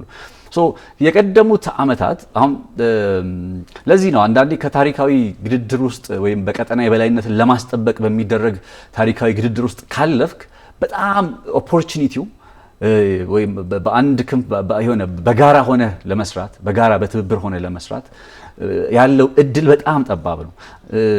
በቃ ምክንያቱም ባለፉት አመታት በጣም ብዙ የጦርነትም የሰላምም የወዳጅነትም የምናምን ግዚያትን በጣም ስላሳለፍክ አሁን አሜሪካን ዩናይትድ ኪንግደም እርግጥ ነው እኮ በጦርነት ውስጥ የቅኝ ግዛት በነበረበት ጊዜ ላይ የነበረው ነገር እንዳለ ይታወሳል። ግን እንደ ቅኝ ግዛት ነው መታሰብ ያለበት። በእንትን ግን ከተመሰረተች በኋላ ዩናይትድ ኪንግደም ማለት አሜሪካ ከተመሰረተች በኋላ ከዩናይትድ ኪንግደም ጋር ጦርነት ገብታ አታውቅም። ስለዚህ ይሄኛው ነገር ለአጋርነት እነ ሩሲያና እነ ዩናይትድ ኪንግደም እነ ሩሲያና እነ ፈረንሳይ የሚተያዩበት የመጡበት ነገር ዛሬም ቢሆን ለሚቹዋል እርስ በርሳቸው ላለው አለመተማመን መሰረታዊ ምክንያት ነው ብዬ አስባለሁ። አሁን በዩክሬን ውስጥ እያየን ያለ ነው። አንድ ጊዜ በቤልጂየም የሚሰበሰቡት፣ አንዴ ፈረንሳይ ውስጥ የሚሰበሰቡት፣ አንዴ ለንደን ውስጥ የሚሰበሰቡትም ይሄው ታሪካዊ ስጋት ወይም ትሬትም እያሉ የሚገልጹት እነሱ ነጥብ አብሮ እየተንከባለለ ስለመጣ ነው ብዬ ነው ወደ ፕሬዘንት ታይሙ በደንብ እነ ፑቲን እኮ ሜንሽን የሚያደርጉልህ ናፖሊዮንን አሸንፈናል፣ ሂትለርን አሸንፈናል የሚሉት እኮ በጣም ሂስትሪ ወርክአውት እንደሚያደርግ እኮ ነው። ግን እነሱ ሂስትሪ ወርክአውት ሲያደርጉት እንደ አንድ ታዳጊ ወይ ድሃ ሀገር አይደለም። በደንብ ሂሳባዊ ስሌቱ ተሰርቶ ከኢምፓየራቸው ከምናምን ነው እንጂ ዝም ለእርስ በርስ እንድትጨፋጨፍ ምናምን ከመፈለግ አይደለም። ከኢምፓየር ከሉዓላዊነት በቃ ትክክለኛ እንደ ሀገር ከመቀጠል አንጻር ነው የብዙ ጊዜ አፍሪካ ላይ የምናያቸው ታሪክ እየመዘዙ እንደው ዝም ብሎ መጠፋፋት አይነት ነገር እንዳልሆነ እሱንም እንትን ማስያዝ እንፈልጋለን። ብዙ ነገሮች አሉ። በጣም በሚያስቅ ሁኔታ ሳውዲ አረቢያም ስብሰባ ነበረ፣ ፈረንሳይም ስብሰባ ነበረ። ባይዘይ ከዚህ በፊትም የሩሲያ ሰዎችና የነ ሰርጌይ ላቭሮቭ እና እነ ሩቢዮ ሪያድ ቦታ ነው የቀየሩት። ሪያድ ስብሰባ ሲያደርጉ የፈረንሳይ ፕሬዚዳንት ኢማኑኤል ማክሮን በተመሳሳይ ስብሰባ ጠርተው ነበር የአውሮፓ ሀገራት። ከዛ ደግሞ አሁን የትናንትናው ቦታ ተቀየረ፣ ጅዳ ላይ ሆነ የዩክሬንና የአሜሪካ ፖለቲከኞች ስብሰባ ፈረንሳይ እዛው ፓሪስ ላይ አደረገችና በሁለቱም ስብሰባ አሜሪካ የሆነ ኃይልን ስትሰበስብ እነዚህ አውሮፓውያኖቹም አብሮ ይሰበስባሉና ምንድነው የሚለውን ጣጣ ይዞ የሚመጣ አይነት ነገር ነውና የአውሮፓ ህብረት ሀገራት በተለይም የፈረንሳዩ ላይ እንደው ካየነው የአውሮፓ ህብረት ሀገራት አሉበት። ከዛ አውሮፓ በጥቅሉ የሚል ሀሳብ ነው ያለው። የሰሜን አትላንቲክ የጦር ጥምረት አባላት አሉ። በዝግ የተደረገ ስብሰባ ነው። ሀሳቡ ግልጽ የታወቀ ቢሆንም በዚህ ስብሰባ ላይ ያው በዝግ ሲባል ቁልፏ ጉዳይ በዝግ ትደረጋለች። ሌላውን ነገር ለሚዲያም ለምንም ብዙ ጊዜ እንደ አፍሪካ ህብረት ላይ እንደምናየው አይነት ስብሰባዎች ይደረጋሉ ማለት ነው እና በዛ መንገድ ሄደዋል። ሁለቱም ስብሰባ በዚህ መንገድ መካሄዱ ምን አይነት አንደምታ አለው የሚለው በዛ ላይ እነ ጃፓንና እና አውስትራሊያ አንዴ በኦከስ አንዴ በኤዥያ መከላከል በሚል የፖለቲካ ሂደት የጦር ጥምረት ውስጥ ያሉ ሀገራት ጃፓንና አውስትራሊያን የመሰሉ ሀገራት ከአሜሪካ ፖለቲከኞች ያፈነገጠ አቋም ያፈነገጠ ሀሳብ በሚመስል መልኩ ዋሽንግተን በሌለችበት ስብሰባ ላይ በምን መለኪያ በምን ካልኩሌሽን እነዚህ አውስትራሊያ ኦኬ ጃፓን የአውሮፓ ህብረት ናት ወይ ጃፓን ኔቶ ነች ወይ ጃፓን በአውሮፓ ቀጠና ውስጥ ናት ያለች ወይ የሚሉት ነገሮች ስትመለከት ምንም አይነት አሁን ስብሰባው በጠራው አላማ ልክ የለችም። እንደው ጂኦግራፊካሊ ማየት ከባድ ቢሆንም ግን እነዚህ ሀገራት መጠራታቸው በዚህ በቻይናና በሰሜን ኮሪያ አካባቢ ያለውን ነገር ካለው የጦር እንቅስቃሴ እዛ አካባቢ ያለውን ነገር እነ ባይደን ለመመለስ ራሳቸው ትራምፕም ሲያደርጉት ነበረ። እነ አውስትራሊያ እነ ጃፓን ሲደገፉ ነበረ። ኦከስ ምናምን የሚባለው ጥምረት ሲፈጠር የነበረው እነ ቻይናን የመሳሰሉ ሀገራት ስጋት ብሎ ስለፈረጁ እነ ሰሜን ኮሪያ እዛ አካባቢ ጥቃት እንዳይሰነዝሩ በሚል ነውና ትራምፕ ሲመጡ ጥያቄ ለነ ቶኪዮ ጥያቄ አምጥቷል ማለት ነው። እና አውስትራሊያ ጥያቄ እነ ካምቤራ ማለት ነው ጥያቄ አምጥቷል ማለት ነው። ስለዚህ በአሜሪካ በሌለችበት ስብሰባ ላይ ምን አይነት ሀሳብ ሊንሸራሸር ይችላል የሚለው ጥያቄው ግልጽ ሆኖ ሳለ ግን አሜሪካ የለችበትም ማለት ከዚህ በፊት ስንለው እንደነበረው አሜሪካና ሩሲያ አንድ ላይ ይሰራሉ ዘበት የሚል ቃል አሁን የመጣው ነገር ባለፈው ስንከራከርባቸው የነበሩ ነገሮች አፍጥጠው መጡ። አሁን ይቺ ስምምነት ጅዳ ላይ የተደረገችው ስምምነት ሳውዲ አረቢያ ማለት ነው ወደ ምንድነው የሚሄደው? ወደ ክሬምሊን በር ያንኳኳል። እንዳውም የፖለቲካ ተንታኞች እስካሁን ዶናልድ ትራምፕ ወደ ዩክሬን ሳይድ ወደ ሩሲያ ያደረጉ ይመስሉ ነበረ። ከዚህ በፊት የነበረው ጫና ዩክሬን ላይ ነበረ። አሁን ጫና ተገልብጦ ወደ ሩሲያ ሊመጣ ይችላል የሚል ሀሳብ ምክንያቱም ተስማምቻለሁ አሉ። እንግዲህ ዘለንስኪ የተስማሙት አንደኛ ለ30 ቀናት የሚሉ ነገሮች አሉ። ይሄ 30 ቀናት ባይዞ ጠንቅ ይዞ የመጣ ነገር ነው። የአውሮፓ ህብረት ሀገራት አቅርቦት ነበር አይደለ? በባህርም ነው ብሪታንያና ፈረንሳይ ራሳቸው በግላቸው ለ30 ቀናት ብለው በባህርና በአየር ያለው ጦርነት መቆም አለበት፣ እግረኛው እንደው ሄድ መለስ ይበል አይነት ነገር ብለው ነበረ። ይችን ሀሳብ ዘለንስኪ አቅርበዋታል። አሜሪካም ተስማምታለች። ስለዚህ እንዴት ነው ሊያስቀጥላቸው የሚችለው ጥያቄ ውስጥ ይገባል። ዶናልድ ትራምፕ እነዚህ ሬር አርዝ ሚነራልስ የሚባሉትን ካገኙ እንግዲህ የሚጠቅማቸውን እሳቸው በደንብ ለይተው ስለሚያውቁ ከማን ወደ የት ሊሄድ ይችላል የሚለው ጥያቄ ያስነሳል። በእርግጥ ጦርነቱም ሲቀሰቀስ ጦርነቱም ከመቀስቀሱ በፊት ቀደም ካነሳ ነው ሂስትሪ ሁላ ከ16ኛው ክፍለ ዘመን ጀምረ ብትመጣ የሩሲያ አቋም አንድ ነው። የምናውቃቸው ነገሮች አሉ። ምናልባት እነዚህ አምስቱን ግዛቶች እነዚህ ሱጃን ምናምን የሚባሉ አካባቢዎችም እዚህ በኩርስክ አካባቢ ያለው ተከበዋል። ታውቃለህ የሆነ ሂስቶሪካል ነገር አለ። ኔክስት ስንመጣ ሂስቶሪካል ስለ በዚህ በነዳጅ ማስተላለፊያ ውስጥ ገብተው ከበቡ ምናምን አይነት መረጃዎች አሉ። ሚሽኑ የተፈጸመበት ነገር በጣም ኢንትረስቲንግ ነው። አይ ሚሊተሪ ወታደራዊ ጀብድ እንበለው እንደዛ ስለሆነ ሚክስድ ዋር ነው የሚሉት አይ ቲንክ እነ ዩክሬን እነ ሩሲያ በነዳጅ እንትን ውስጥ ፓይፕላይን ውስጥ ስለገቡ ኮንቬንሽናልም ነው ቴክኖሎጂካሊም ነው ምንም ነው። ጦርነት ላይ ከገባ በኋላ እንዲህ ነው ብለን እንትን የምትለው ነገር አይኖርም። ሶ አሁን ላይ እንግዲህ የ30 ቀን የተኩስ አቁም ለማድረግ ዩክሬን ምክንያቱም ከዚህ ቀደም ዩክሬን የቀረበላት የተኩስ አቁም ስምምነት ነው። አሁን ላይ የተኩስ አቁም ስምምነት ቢመጣለ ልትወስድ ይገባ ነበር እያለ ዶናልድ ትራምፕ ሲሞግተው ነበር ዘለንስኪን በነጩ ቤተ መንግስት ላይና ሶ ዩክሬን አሁን they have agreed on የ30 ቀን የተኩስ አቁም ስምምነት ማድረግ በሚቻልበት አሁን the precondition የመሳሰሉት ነገሮችን በተመለከተ ከዶናልድ ትራምፕ ጋር ወይም ከአሜሪካ ጋር አይደለም የሚጨርሱት ከሩሲያ ጋር በሚደረግ ድርድር ላይ ተቀምጠው የተኩስ አቁም እናደርጋለን ዘን በምን አይነት ቅድመ ሁኔታ የሚለውን ነገር the ball is in Russia's court ነው ያሉት ሩቢዮ። ስለዚህ በቃ አሁን ለነሱ ልከውላቸዋል። ሩሲያዎች ምንድነው የሚመልሱት ነው ጥያቄው። አሁን ምክንያቱም እኔ እናንተ ይሄን ፕሮግራም ስንሰራ at the end of the day እንደው ኤቭሪ ታይም እንደው ጦርነት ዓለም ላይ እየበዛ እንዴት ሆነስሊ ስፒኪንግ ምንም ፍላጎት የለም። በተደጋጋሚም ስናነሳ የነበረው ይሄ ጦርነት ለምን አሁን ዘለንስኪን ምን በጣም በተደጋጋሚ ክሪቲካል ሆኜ ስናገር የነበረው ከዚህ ቀደም በነበረው ላይ ጦርነቱን ማቆም የሚችልበትን መንገድ መፈለግ የለበትም ወይ ሶ ኦኬ አሁን በ30 ቀን የተኩስ አቁም እንዲደረግ ፈልጋለሁ። ከዛ በሩሲያ ምላሽ ነው ሩሲያ ምንድነው የምትመልሰው ነው። አሁን ይሄ እንዳይፈጸም በማድረግ ረገድ ከሚኖሩ እንትኖች መካከል ወይም ከሚኖሩ ነባራዊ ሁኔታዎች መካከል የሚጠቀሰው ትላንትና ምናምን ዜናም ሰርታችሁታል አይቻለሁ በጣም በርካታ የድሮን ጥቃት ዩክሬን የፈጸመችው ማለት ነው። ከ300 በላይ 337 እንደዚህ 334ቱ የከሸፉና አክሽፍ ያለው ነው ያሉት። ሞስኮ ውስጥ 91 ገብተዋል። የሚገርም ከዛ ስንት ሰው ነው የሞተው? 3 ሰዎች ሞተ፣ 8 ሰው ቆሰለ። የነዳጅ ማስተላለፊያ ቦዮች ተመተዋል። እንደዚህ አይነት ጥቃት ደረሰ። ይሄ አቪዬሽን ስራ ቆመው ነበር ምናምን ዩክሬን ጦርነቱ ከተጀመረ ባለፈው 3 አመታት ውስጥ እንደዚህ አይነት ጥቃት ስትፈጽም በጣም ትልቅ የሆነ ጥቃት ስትፈጽም በድሮን አንፃር ይሄ ምናልባት ከሚጠቀሱት መካከል ሆኗል። ሶ እንደዚህ አይነት ጥቃት ሩሲያ ላይ ሰንዝረ ጎን ለጎን ሳውዲ ውስጥ ድርድር እያደረኩ ነው ብለሃል። ከዛ ሴም ታይም ደግሞ አሁን እንዳነሳን አይነት ጥቃት ሩሲያ ውስጥ ተፈጽሟል። አሁን የቭላዲሚር ፑቲን አስተዳደር እንዲያው ምንድን ያሉት ዜናውን አንተም ስለሰራው ኦሮሽኒክን መጠቀም አለብን የሚል አይነት ሐሳብ እኮ ከዱማው ዲፌንስ ኮሚቴ ሊቀመንበር ተደመጠና ኦሮሽኒክን የሚጠቀሙበት የማይጠቀሙበት ነባራዊ ሁኔታ እንዳለ ሆኖ ግን ዩክሬን ሩሲያ ግን ያጸፋ ምላሽ ለመስጠት የምትገደድበት ሲቹዌሽን ላይ ነች። ሁለት ነገር ነው እጇ ላይ ያለው በሩሲያ አንደኛ በዩክሬን በኩል የቀረበላት የ30 ቀን የተኩስ አቁም ስምምነት አለ። በሌላ በኩል የአጸፋ ምላሽ ለመስጠት የምትገደድበት አሁን ኢራንና ባለፈው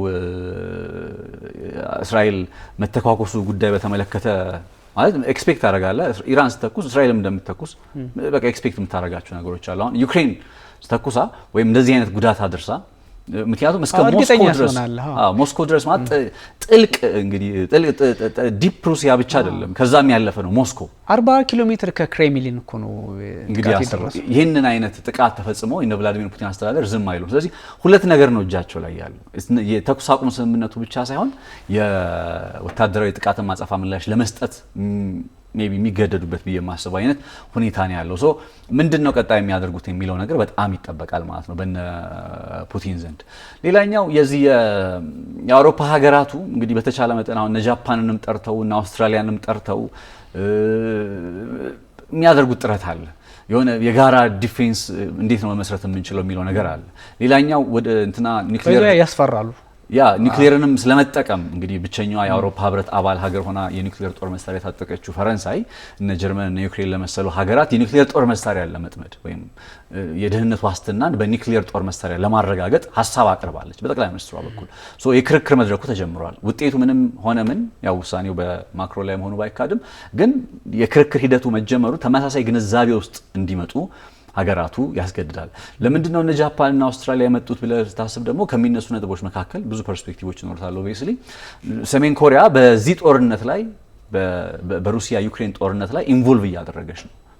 ስለዚህ ሰሜን ኮሪያ ኢንቮልቭ ስታደርግ በቃ ግልጽ እኮ ነው እነ ጃፓንም እነ አጋር የሚሏቸው ሀገራት ናቸው። ምንም እንኳን የኔቶ አባል ባይሆኑም ግን የምዕራቡ ዓለም አጋር ተብለው የሚገለጹ ሀገራት ናቸው። አሁን አኩስ በሚለው ውስጥ የተጠቃለሉት ትንሹ ኔቶ እኮ ነው አኩስ አይደለ? የአውስትራሊያ ዩናይትድ ኪንግደም እና አሜሪካ ትንሹ በቃ የኔቶ ትንሹ። ከዛ ከነ ጃፓን ከነ ፊሊፒንስ ከነ ደቡብ ኮሪያ ጋር ተመሳሳይ አይነት ይዘት ያለው ሌላ ጥምረት አለ። ሶ በዛ ቀጠና ላይ ቅድም መግቢያችን ላይ ያነሳው ነጥብ አለ። የሰሜን ኮሪያ አሁናዊ ወታደራዊ እንቅስቃሴ ወታደራዊ ልምምድ ማድረግ ብቻ ሳይሆን የኒውክሌር ጦር መሳሪያ ታጥቃለች እቺ ሀገር። ባለፈው በደቡብ ኮሪያ ውስጥ ቦሳን የሚባለው ወደብ ላይ የአሜሪካ የአንድ ያረፈ ቀን የኒውክሌር ጫኝ ባህር ሰርጓጅ መርከብ ያረፈ ቀን ኪም ጆንግ ኡን እኛ ራሳችን በኒውክሌር ጦር መሳሪያ ነው የምንመልሰው ያጸፋ ምላሽ የምንሰጠው እስከ ማለት ደርሰዋል። ሶ ይሄ እነ ሩሲያ እነ ሰሜን ኮሪያ እነ ኢራን የመሳሰሉ ሀገራት ደግሞ ይሄ ክሪንስ የምንላቸው እያልን ከዚህ ቀደም ታስታውሱ የራሳቸው ጥምረት የሆነ እንዲያውም ከሰሜን ኮሪያ ጋር ጠንካራ የሆነም አንተ ስትነካ እኔ እንደተነካ ይቆጠራል የሚል ከኢራን ጋር ደግሞ ትንሽ ለዛ እንደዛ አይነት ደረጃ ላይ ለመድረስ ትንሽ የሚቀረው ወይም የቀረበ አይነት ስምምነት አላቸው። ሶ የፓወር የኃይል አስተላለፍ የምንለው በቃ የጂኦፖለቲካው የኃይል አስተላለፉ አሁን አሜሪካን በአንድ በኩል እናስቀምጣታለን። አሜሪካ በአንድ በኩል ብቻዋን እናስቀምጣታለን። ሜቢ እነ ሃንጋሪን የመሳሰሉትን ሀገራት ልታስገባት ይችላል። የዶናልድ ትራምፕን አሜሪካ ከዛ የአውሮፓ ሀገራቱን በአንድ በኩል ታስቀምጣቸዋል። የአውሮፓ ሀገራት ዩናይትድ ኪንግደም ፈረንሳይን ጨምሮ አሁን እነ ጃፓን እነ አውስትራሊያ የመሳሰሉት ሀገራትም ኢን ዋን ዌይ ኦር አናዘር ምክንያቱም ዶናልድ ትራምፕ ስጋት ሆኗል ለነሱም በሌላ ኔቶን አያስፈልግም የሚል አይነት ሰው የሆነ ከመጣ አኩስና አያስፈልግም ላይ ለሚችልበት እኔ ስለ ደቡብ ኮሪያ ምን አገባኝ የሚል አይነት ሰው ነው ዶናልድ ትራምፕ። እኔ ዋይ ወደ ኤዥያ ውስጥ ሄጄ ስለ ደቡብ ኮሪያ ለምን እጨነቃለሁ የሚል አይነት ሰው ነው። ስለዚህ ለነ ደቡብ ኮሪያ ይሄ ኢንዶ ፓሲፊክ ቀጠና ላይ ላሉት ለነዛ ሀገራትም ከአውሮፓውያኖቹ ጋር ተቀራርቦ መስራቱ ለወደፊት ደህንነታቸው ያስፈልጋቸዋል። ስለዚህ እነ ሰሜን ኮሪያ ማለት እነ ጃፓን እነ አውስትራሊያ እነ ደቡብ ኮሪያ ከአውሮፓ ሀገራቱ ጋር ሆነው በአንድ ጎንና ናቸው ያሉት። እና ሰም ታይም ሩሲያ ደግሞ ያለችበት ሌላ ዓለም አለ። ይሄኛው ዓለም ምን ማለት ነው ካልክ ከሜቢ በእንደዚህ አይነት የኃይል አስተላለፍ ዓለምን ስንመለከት ያው የአሜሪካን ነገር እንዳለ ሆኖ ከቀዝቃዛው የዓለም ጦርነት ብቻ ሳይሆን ሜቢ የትኛውን ጊዜ እንበለ ምክንያቱም አሜሪካና እንትና ተለያይተው ስለማያውቁ አሜሪካና የአውሮፓ እንደዚህ የምዕራብ ዓለም ሀገራት ተለያይተው ስለማያውቁ እንግዲህ ከአሜሪካ ከተመሰረተች በኋላ ምናልባት ለመጀመሪያ ጊዜ ወይም ለሀያል ሀገር ሆና ከወጣችበት ካለፉት 70-80 ዓመታት ወዲህ እርግጥ ያለው እሱ ነው።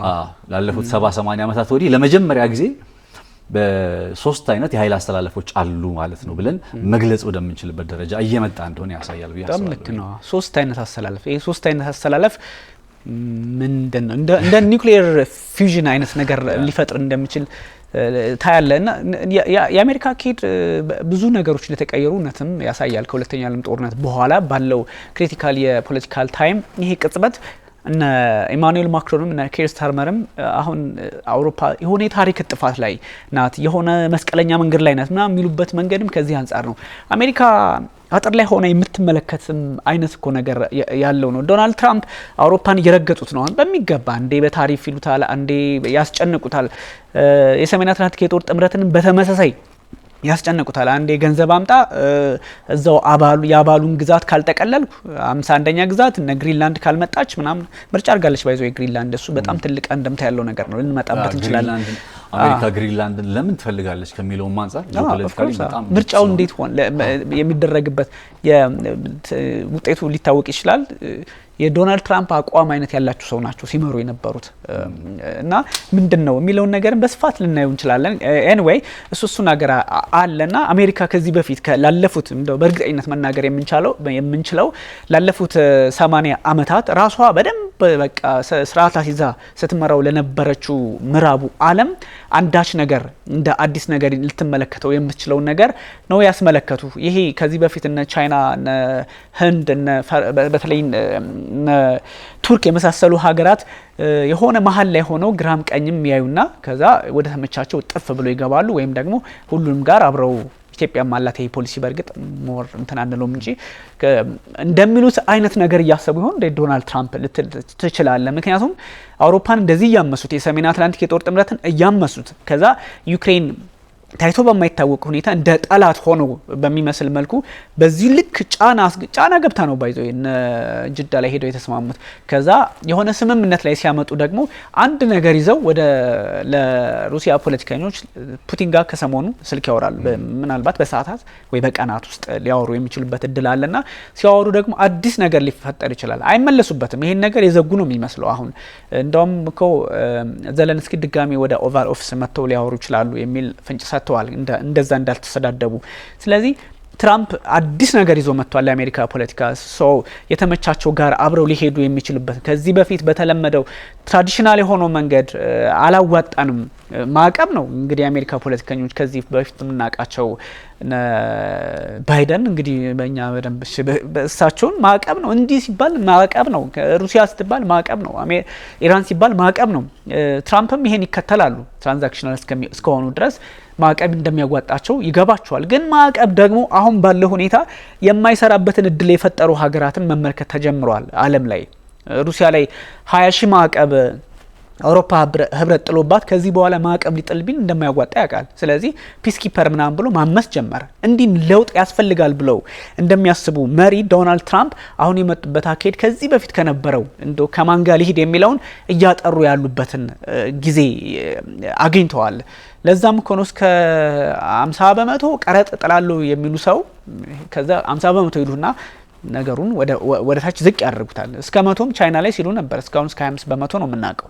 እንዲህ አይነት ነገሮች ስላሉ ትራምፕ ባይዞ ትራምፕን አለማድነቅ አይቻልም። እንዲህ አይነት የፖለቲካ ለውጥ ትርምሱ ምናምን ሳይሆን አውሮፓን ስላስጨነቀው ወይም ደግሞ አዲስ መንገድ ለሚፈልግ ዓለም አዲስ ሰው ያስፈልጋል ብሎ እንደሚያስብ ፕሮግራምና እንደው ግለሰብ እሱም ብቻም ሳይሆን ጦርነቱን ላለፉት 3 አመታት እኮ ማናቸው እነ ባይደን እኮ ለደቂቃ እንዲቆም አይፈልጉም እኮ እዛው ላይ ጦርነቱን በለው ነው። የአውሮፓ ህብረት ሀገራት እየተሰበሰበ ረብጣ ቢሊዮን ዶላር ይልካል። ጦርነቱን ቀጥሉ ነው።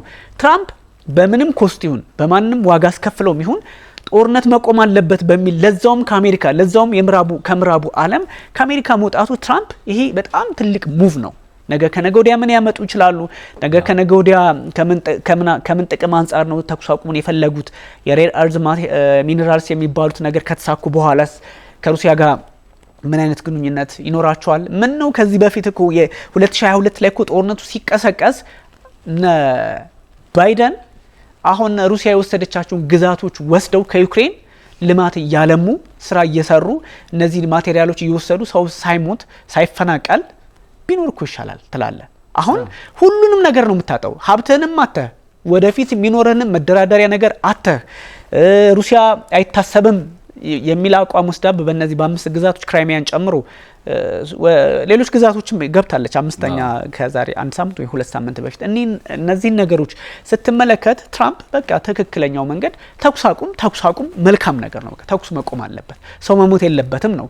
ከበጀርባው ምን አለው ከምን አለው ይሄ ሴራ የሚፈልግ ሰው እንትን ይበል። እኛ ጦርነት ባይዞ ይሄ ጦርነት ስለ ጦርነት ይሄ ፕሮግራማችን ስለ ጦርነት የሚያወራ ይመስላል ብዙ ሰው። ስለ ጦርነት ቢያወራ ብዙ አሰቃቂ ነገር አለ። ጋዛ ውስጥ ያለ አሰቃቂ ነገር ብናወራው እሺ የጋዛውን ሁሉም ያውቀዋል። የኦክቶበር 7 ብዙ ጊዜ ጋዛ ትላላችሁ ስለሚባል እሷን ብቻ መዘን ብንወስዳት አስፈሪ የጥቃት ታሪክ ነው። አስፈሪ እሱን አይደለም ዩክሬን ውስጥ ሰው ሞተ ምናምን የሚል አይደለም። ከጀርባ ያለው የቶርቸር ያለው የሚያሳቅቁ ነገሮችን ብዛት ስትመለከት ዋር ማለት ያ ነው። እኛ ሰላም ቢመጣ እኮ አሁን እኮ ሰላም ሊሰፍን ነው ተብሎ አይደል እንዴ ስለ ሰላም እያወራን ያለ ነው።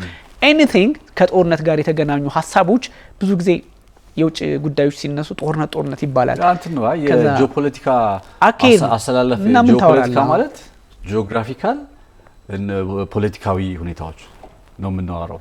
በዛ ሂደት ውስጥ ጦርነት እያስፈጸመው መጣ። ምን ይደረግ ዲፋይን እየተደረገ ያለው አሁን ላይ የጂኦፖለቲካ በተለይ ከትራምፕ መምጣት ጋር ተያይዞ እኮ አክቹሊ ከትራምፕ ከመምጣታቸው በፊትም እሳቸው ከመጡ በኋላ የበለጠ ጠነከረ። እነ ዲሞክራቲክ ሪፐብሊክ ኮንጎም እዚህኛ ጎረቤት ሀገር ባይዘው በጣም ልንረሳው የማይገባ በጣም ምልክት ስለሚሆን ነው። እውነቴን ነው።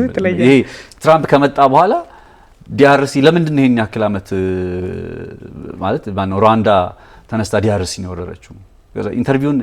ኢንተርቪውን ፖል ካጋሜ ስለዚህ ጉዳይ ተጠይቀው የሚመልሱት መልስ የሰው ሀገር ሉዓላዊ ሀገር ወረ ከዛ የሚሰጡበት ምላሽ ግን አይ ዶንት ኖ እኔ ከሊደር አይ ዶንት ኖ እንደዚህ አይነት ነገር ይጠበቃል የሚለውን ነገር እና ዲአርሲ ከዛ እነ ቻይናም በዚህ በታይዋን በኩል ሂስቶሪካል ክሌም ላይኖር ይችላል፣ ግን የበለጠ ጠንካራ ሆኗል። ግሪንላንድን ጠቀልላለሁ። ግሪንላንድ የማነች? የአየርላንድ ነው የሚባለው አይደል? ኦፊሻል የአየርላንድ እንደሆነ እንኳን አናቅም ነበር እኮ ለመናገር ግሪንላንድ የአየርላንድ መሆኑን ዴንማርክ ወራ አየርላንድ ዴንማርክ የነሱ መሆን አናቅም ነበር። አውሮፓውያኖች ኦን እንደሚያደርጉት አናቅም ነበር። ፓናማ ቦይ ላይ ፓናማን ጠቀልላለሁ እስከማለት እንደዚህ የደረሱበት ሁኔታ አሁን ዶናልድ ትራምፕ አንደርስታንድ አደርጋለሁ ነው ማለት ይሄንን እያደረጉ ያለበት መንገድ አንደርስታንድ ወይም ደግሞ ለምንድን ነው ብለህ ብጠይቀኝ አንደኛ በዚህ ያልኩኝ ላስረዳ እችላለሁ። አንተም ልታነሳው እንደምትችለው ከዚህ ቤት ይደንበት በደንብ ስለነበረ አሁን ሰላምን ማምጣት የሚባለው ነገር ሲባል ግን ወይም ሰላምን ማረጋገጥ የሚባለው ነገር ሲባል ግን ለምሳሌ በሩሲያና በዩክሬን መካከል ሰላምን እየተመለከትን መተናል።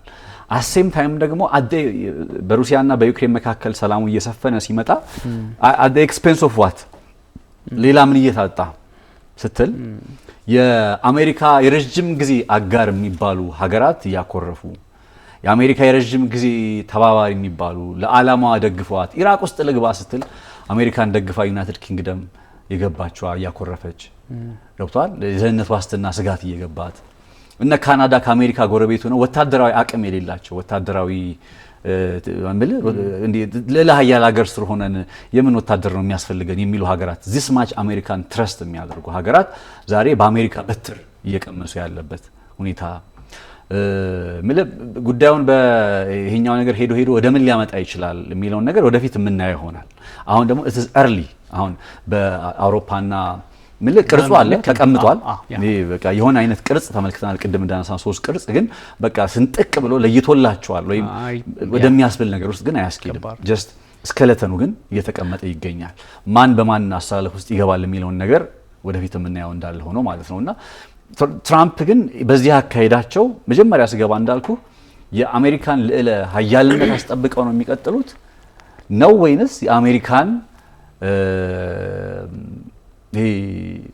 የበሰበሰ ያለውን ሲቪላይዜሽን ስለ የነበረውን እሱን ሊያባብሱት ነው የሚል ጥያቄ ዝም ብለን ማንሳት ይኖርብናል። ሁለቱንም ሳይድ ማየት ስለሚኖርብን ኦብቪየስሊ የአሜሪካን ሀያልነት የሚያጠናክሩበት ምክንያት ብንል አንደኛ ኢኮኖሚካሊ ስትሮንግ አሜሪካን ያደርጋሉ፣ ሁለተኛ በዓለም ላይ ፈላጭ ቆራጭ ወይም ተጽዕኖ ፈጣሪ መሪ መሆናቸውን ጉዳይ ያረጋግጣሉ። ምን ሊያሳጣት ይችላል በዚህ ሂደት ውስጥ ስትል አጋር ግን ያሳጣታል። አሜሪካን አጋር ማጣት ወይም ደጋፊ ማጣት በተባበሩት መንግስታት ድርጅት ላይ እጅ ማውጣትና የማውረድ ጉዳይ ብቻ አይደለም። በዓለም የኃይል አስተላለፍ ላይ ቢኮዝ ዓለማችን እንደዛ ስለሆነ ባለፉት ዓመታት እየተባበሩ ስለሆነ ይዘዋት የመጡት ስለዚህ ያንን አጋር የማጣቷ ጉዳይ ደጋፊዎችን የማጣቷ ጉዳይ ምን አይነት ስጋት ይዞባት ሊመጣ ይችላል? በአሜሪካ አማካኝነት የሚፈጠር ክፍተትን ለምሳሌ ዩኤስኤድን እንዳልኩ ነው 50-50 ነኝ በመቆም አለመቆም በሚለው ላይ 50-50 ነኝ። ግን በዩኤስኤድ መቆም ምክንያት የሚፈጠሩ ክፍተቶች አሉ። ምክንያቱም ሶፍት ፓወር የአሜሪካ አንደኛው የልዕለ ሀያልነት 3 ነገሮች አሏት አይደል? ኢኮኖሚ፣ ሚሊተሪና ሶፍት ፓወር። ከኢኮኖሚና ሚሊተሪው እንዳለ ሆኖ ሶፍት ፓወሯን ነው አሁን ገንጥለው የጣሉት ዶናልድ ትራምፕ። ይህንን በማሳጣታቸው ምክንያት የሚፈጠር ክፍተት ይኖራል። ይሄ ሲኖር ይህንን ክፍተት የሚሞሉ ሌላ ሀገራት ይመጡ ይሆን ወይ? እነ ቻይና ይመጡ ይሆን ወይ? ያው ቻይናም በሌላ ቋንቋ እኮ በነገር ላይ አሜሪካ ፈረስት እንደሚባለው ቻይና ፈረስት የምትል ሀገር ነች። በጥልቀት ፖሊሲያቸውን አካሄዳቸውን ካየ አረ ነው የሚመለከተኝ ትራምፕ እንደውም ወደ እነሱ ከነሱ ወሰዱ እንደ የምትለው አይነት ነገር ነው ያላቸው። ቻይናዎቹ እንደዛ የማይሆኑ ከሆነ የሆነ ክፍተቶች ግን ለምሳሌ አምባገነንነት ዓለም ላይ ገብቷል። አሁን ቻይናን እኔ ፐርሰናሊ ቻይና ብዙ ጊዜ እንትንም ማለው ነው በዓለም ላይ ወታደራዊ መሪዎች በቃ ምንም ነገር ያድርጉ ምንም ሪሶርስ ዋስትና ከሰጡ ገንዘብ የማግኘት ችግር የለባቸውም። አፍሪካ ውስጥ ያለ ገደብ ገንዘብ የምታበድረው ሀገር ቻይና ነች። አሜሪካ አይ ነው አይኤምኤፍ ልክ ነው ወርልድ ባንክ ልክ ነው ልልህ አይደለም፣ ግን አትሊስት ለሚፈልጉት ሰው ስለሚያስቀምጡ አይኤምኤፍም ወርልድ ባንክም ለሚፈልጉት ሰው ነው የሚሰጡት የምናውቀው። ግን አትሊስት ይጠይቃሉ አይደል? በጥያቄ ደረጃ የሂውማን ራይት ኢንዴክሱ ምንድነው? የሰብአዊነት ኢንዴክሱ ምንድነው? ከዛ ወታደራዊ ስትሆን ማዕቀብ እንጥልበታለን ይላሉ። ይሄ ሪያሊስት ከሚለው ፖለቲካል ተውት አንፃር ማለት ነው። እና ያንን አይነት አካሄዷን ነው አሜሪካ የዓለም ጉዳይ አይመለከተኝም ነው ያለችው።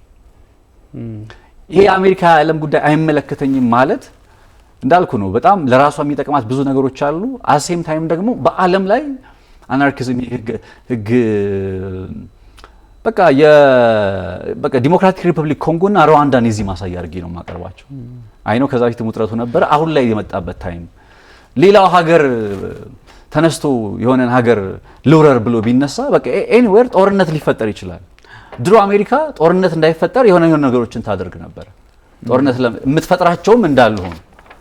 አሁን ላይ ግን እነዚህን ጉዳዮች አይመለከተኝም የራሳቸው ጉዳይ ወደሚል ነገር ውስጥ ይሄዱ ነው። ይህ በመሆኑ አብሮ ሊመጣ የሚችለው ነገር ምንድን ነው የሚለውን ነገሮች ሳስብ የትራምፕን መምጣት ልክ እንደ ዩኤስኤድ ሁሉ 50-50 እና ከጊዜ ጋር አብረን የምናየው በተለይ የሩሲያ ዩክሬን ጦርነት የሚቋጭበት መንገድ ስቲል ትረስት አድርገዋለሁ ቢኒ አሁን የትራምፕና አሁን ያለው ነገር በቃ በሰላማዊ ነገር ብቻ ነገሩ ይጠናቀቃል። አይኖ ምልክቶቹ አሉ ላይክ 70% 80% ልንል እንችላለን ያሉት ነባራዊ ሁኔታዎች ወደ ሰላም ሊሄዱ የሚችሉ ግን እነዛ ቀሩ የምንላቸው 20% የሚጠጉ ጥቂት ነጥቦች ግን they have a power to ምንድነው full war ነው ትልቅ ነገር የማምጣት ፓወር አላቸውና ሶ በመልካም ጎኑም እንደምናነሳቸው ሁሉ at the same time obviously ደግሞ እሱን ተከትሎ አብሮ ሊመጣ የድሮባክ ነው የምንለው ኔጌቲቭ ነገሩ አብሮ እሱን የምናይ ለዛ ነው እዚህ ትራምፕ ኦርደር ወይስ ትራምፕ ዲስኦርደር የሚለውን ነገር መጠበቅ ይኖርብናል የምንለው ሞር እንትን ነው የነገ ምን ሊከሰት ይችላል ብዙ የምናውቃቸው ነገሮች ስላሉ የሚፈጠረውን ነገር ማየት ጊዜ መግዛት ይፈልጋል። ግን እንደው እኔ የትራምፕ ትክክለኛ መንገድ በዚህ በሩሲያና በዩክሬን ጦርነት በሌላው ነገር እኮ የተቀየረ ነገር ላይኖራቸው ይችላል።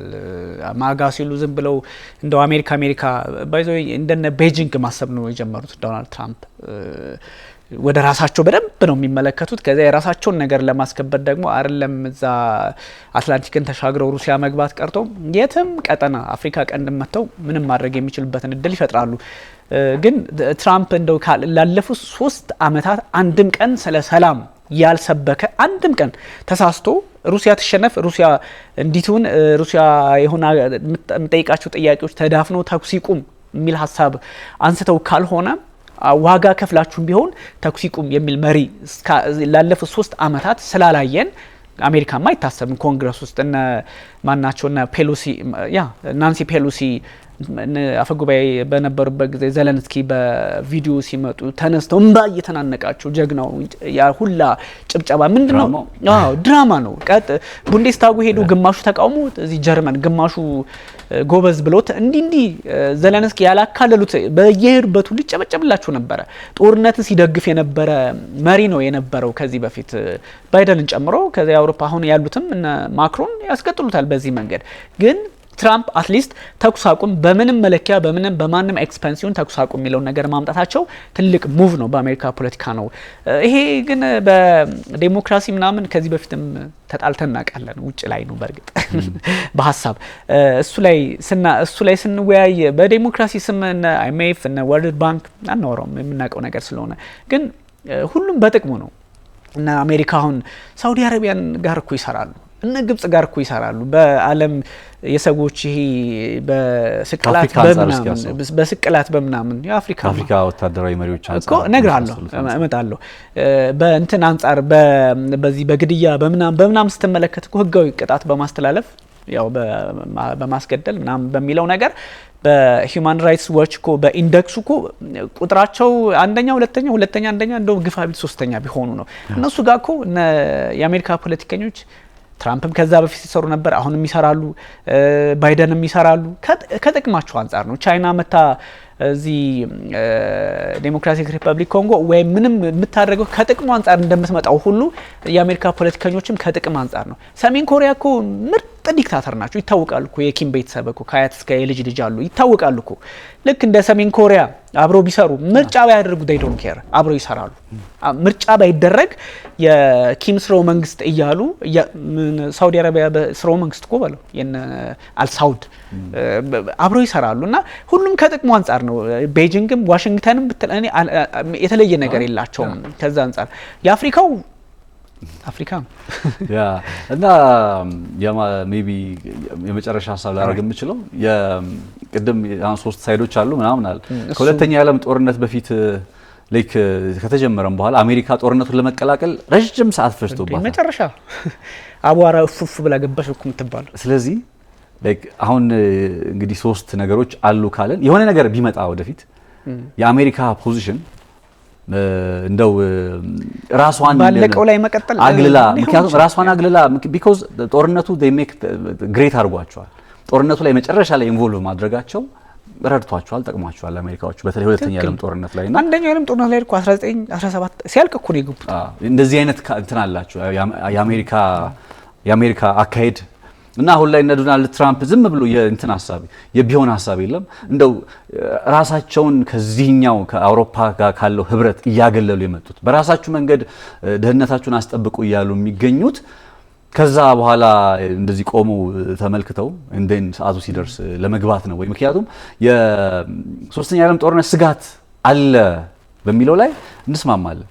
ሶስተኛ ዓለም ጦርነት ስጋት አለ በሚለው ላይ ትራምፕም ዘለንስኪን ሲለው ነበር። እናንተም በጥቂት ንባባችን በሩሲያና በአውሮፓ ሀገራት መካከል አሜሪካን አውጣት በሩሲያና በአውሮፓ ሀገራት መካከል ያለው ውጥረት ምን አይነት ከባድ ውጥረት እንደሆነ ከቃላት ልውውጥ ያለፈ እንደው ኢዝሊ ኤስካሌት ሊከር የሚችል አይነት ሁኔታ እንደሆነ አንደርስታንድ እናደርጋለን። ስለዚህ በደንብ ያሳያል። ይሄ ትሬንዱ እንደዚህ የሚያሳይ ከሆነ ከዛ አስበው ይሄኛው ጉዳይ ላይ እንዳልኩ ጥቂት የሚቀር ነገር አለው በሰላም ይጠናቀቃል አይጠናቀቅ የሚለው ላይ እነ ፈረንሳይ እነ ዩናይትድ ኪንግደም እነ ፈረንሳይ ስለ ኒውክሊየር እያወሩ ነው። እነ ዩናይትድ ኪንግደም ስቲል አሜሪካ ይዘንም ቢሆን የሆነ ነገር ማድረግ አለብን እያሉ ነው። አሜሪካ አልፈልግም ማለት ነው እንዳለ ሆኖ አሁን እነዚህኞቹ ቅድም ሂስቶሪካል ዳራዎችን እኮ ማንሳት የፈለግንበትም ለዚህ አይደል ታሪካዊ ዳራው በሩሲያና በአውሮፓ ሀገራት እነ ዩናይትድ ኪንግደም እነ ፈረንሳይ ጋር ምን አይነት ነገር ነበረ የወዳጅነትም የጠላትነትም እነዛ ሁሉ ግን እንደው በቃ ዝም ብሎ ጦርነት ስለሚያምራቸው የሆነ ጊዜ ወዳጅ እንሁን የሆነ ጊዜ ጠላት እንሁን ብለው ሳይሆን ልክ አሁን ዩክሬን ውስጥ እንዳለው ዩክሬን ውስጥ እኮ ክራይሚያው ጦርነት እኮ በሩሲያና በእንግሊዞች መካከል ሲፈጸም ክራይሚያ አሁን ያለው ቦታ ከዩክሬን አጠገብ ያለው ቦታ ሩሲያ የተቆጣጠረችው ቦታ ነው አይደለ? ሂስቶሪካሊ ያ ቦታ ራሱ ዩናይትድ ኪንግደምንና ማነው ሩሲያን አፋጦ የነበረ ጦርነት ነበር። አሁን ዩናይትድ ኪንግደም ጦርነት ውስጥ ገባ ደግሞ ብቻዋን አትገባም እንደምታውቀው። አሜሪካ እንደው ራሷን ከኔቶ አገለለች ቢባል እንኳን ሌሎቹ እነ ፈረንሳይ የመሳሰሉት ሀገራት መግባታቸው አይቀርም። ሶ አንደኛ እንትን እንዳይሆን ከሚል አንፃር ነው የነ ትራምፕ አካሄድ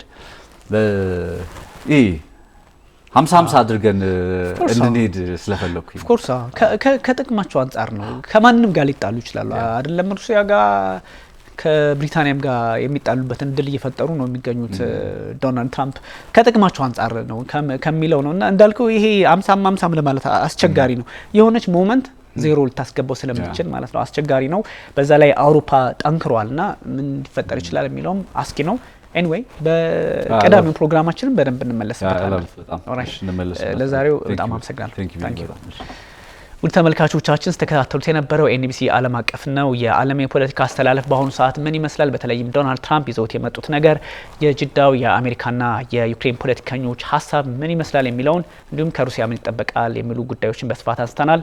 እንደወትሮው ነጻነት ላቀውና ቢኒያም ካሴ አብረናችሁ ቆይታ አድርገናል። ቸር ጊዜ ይሁንላችሁ።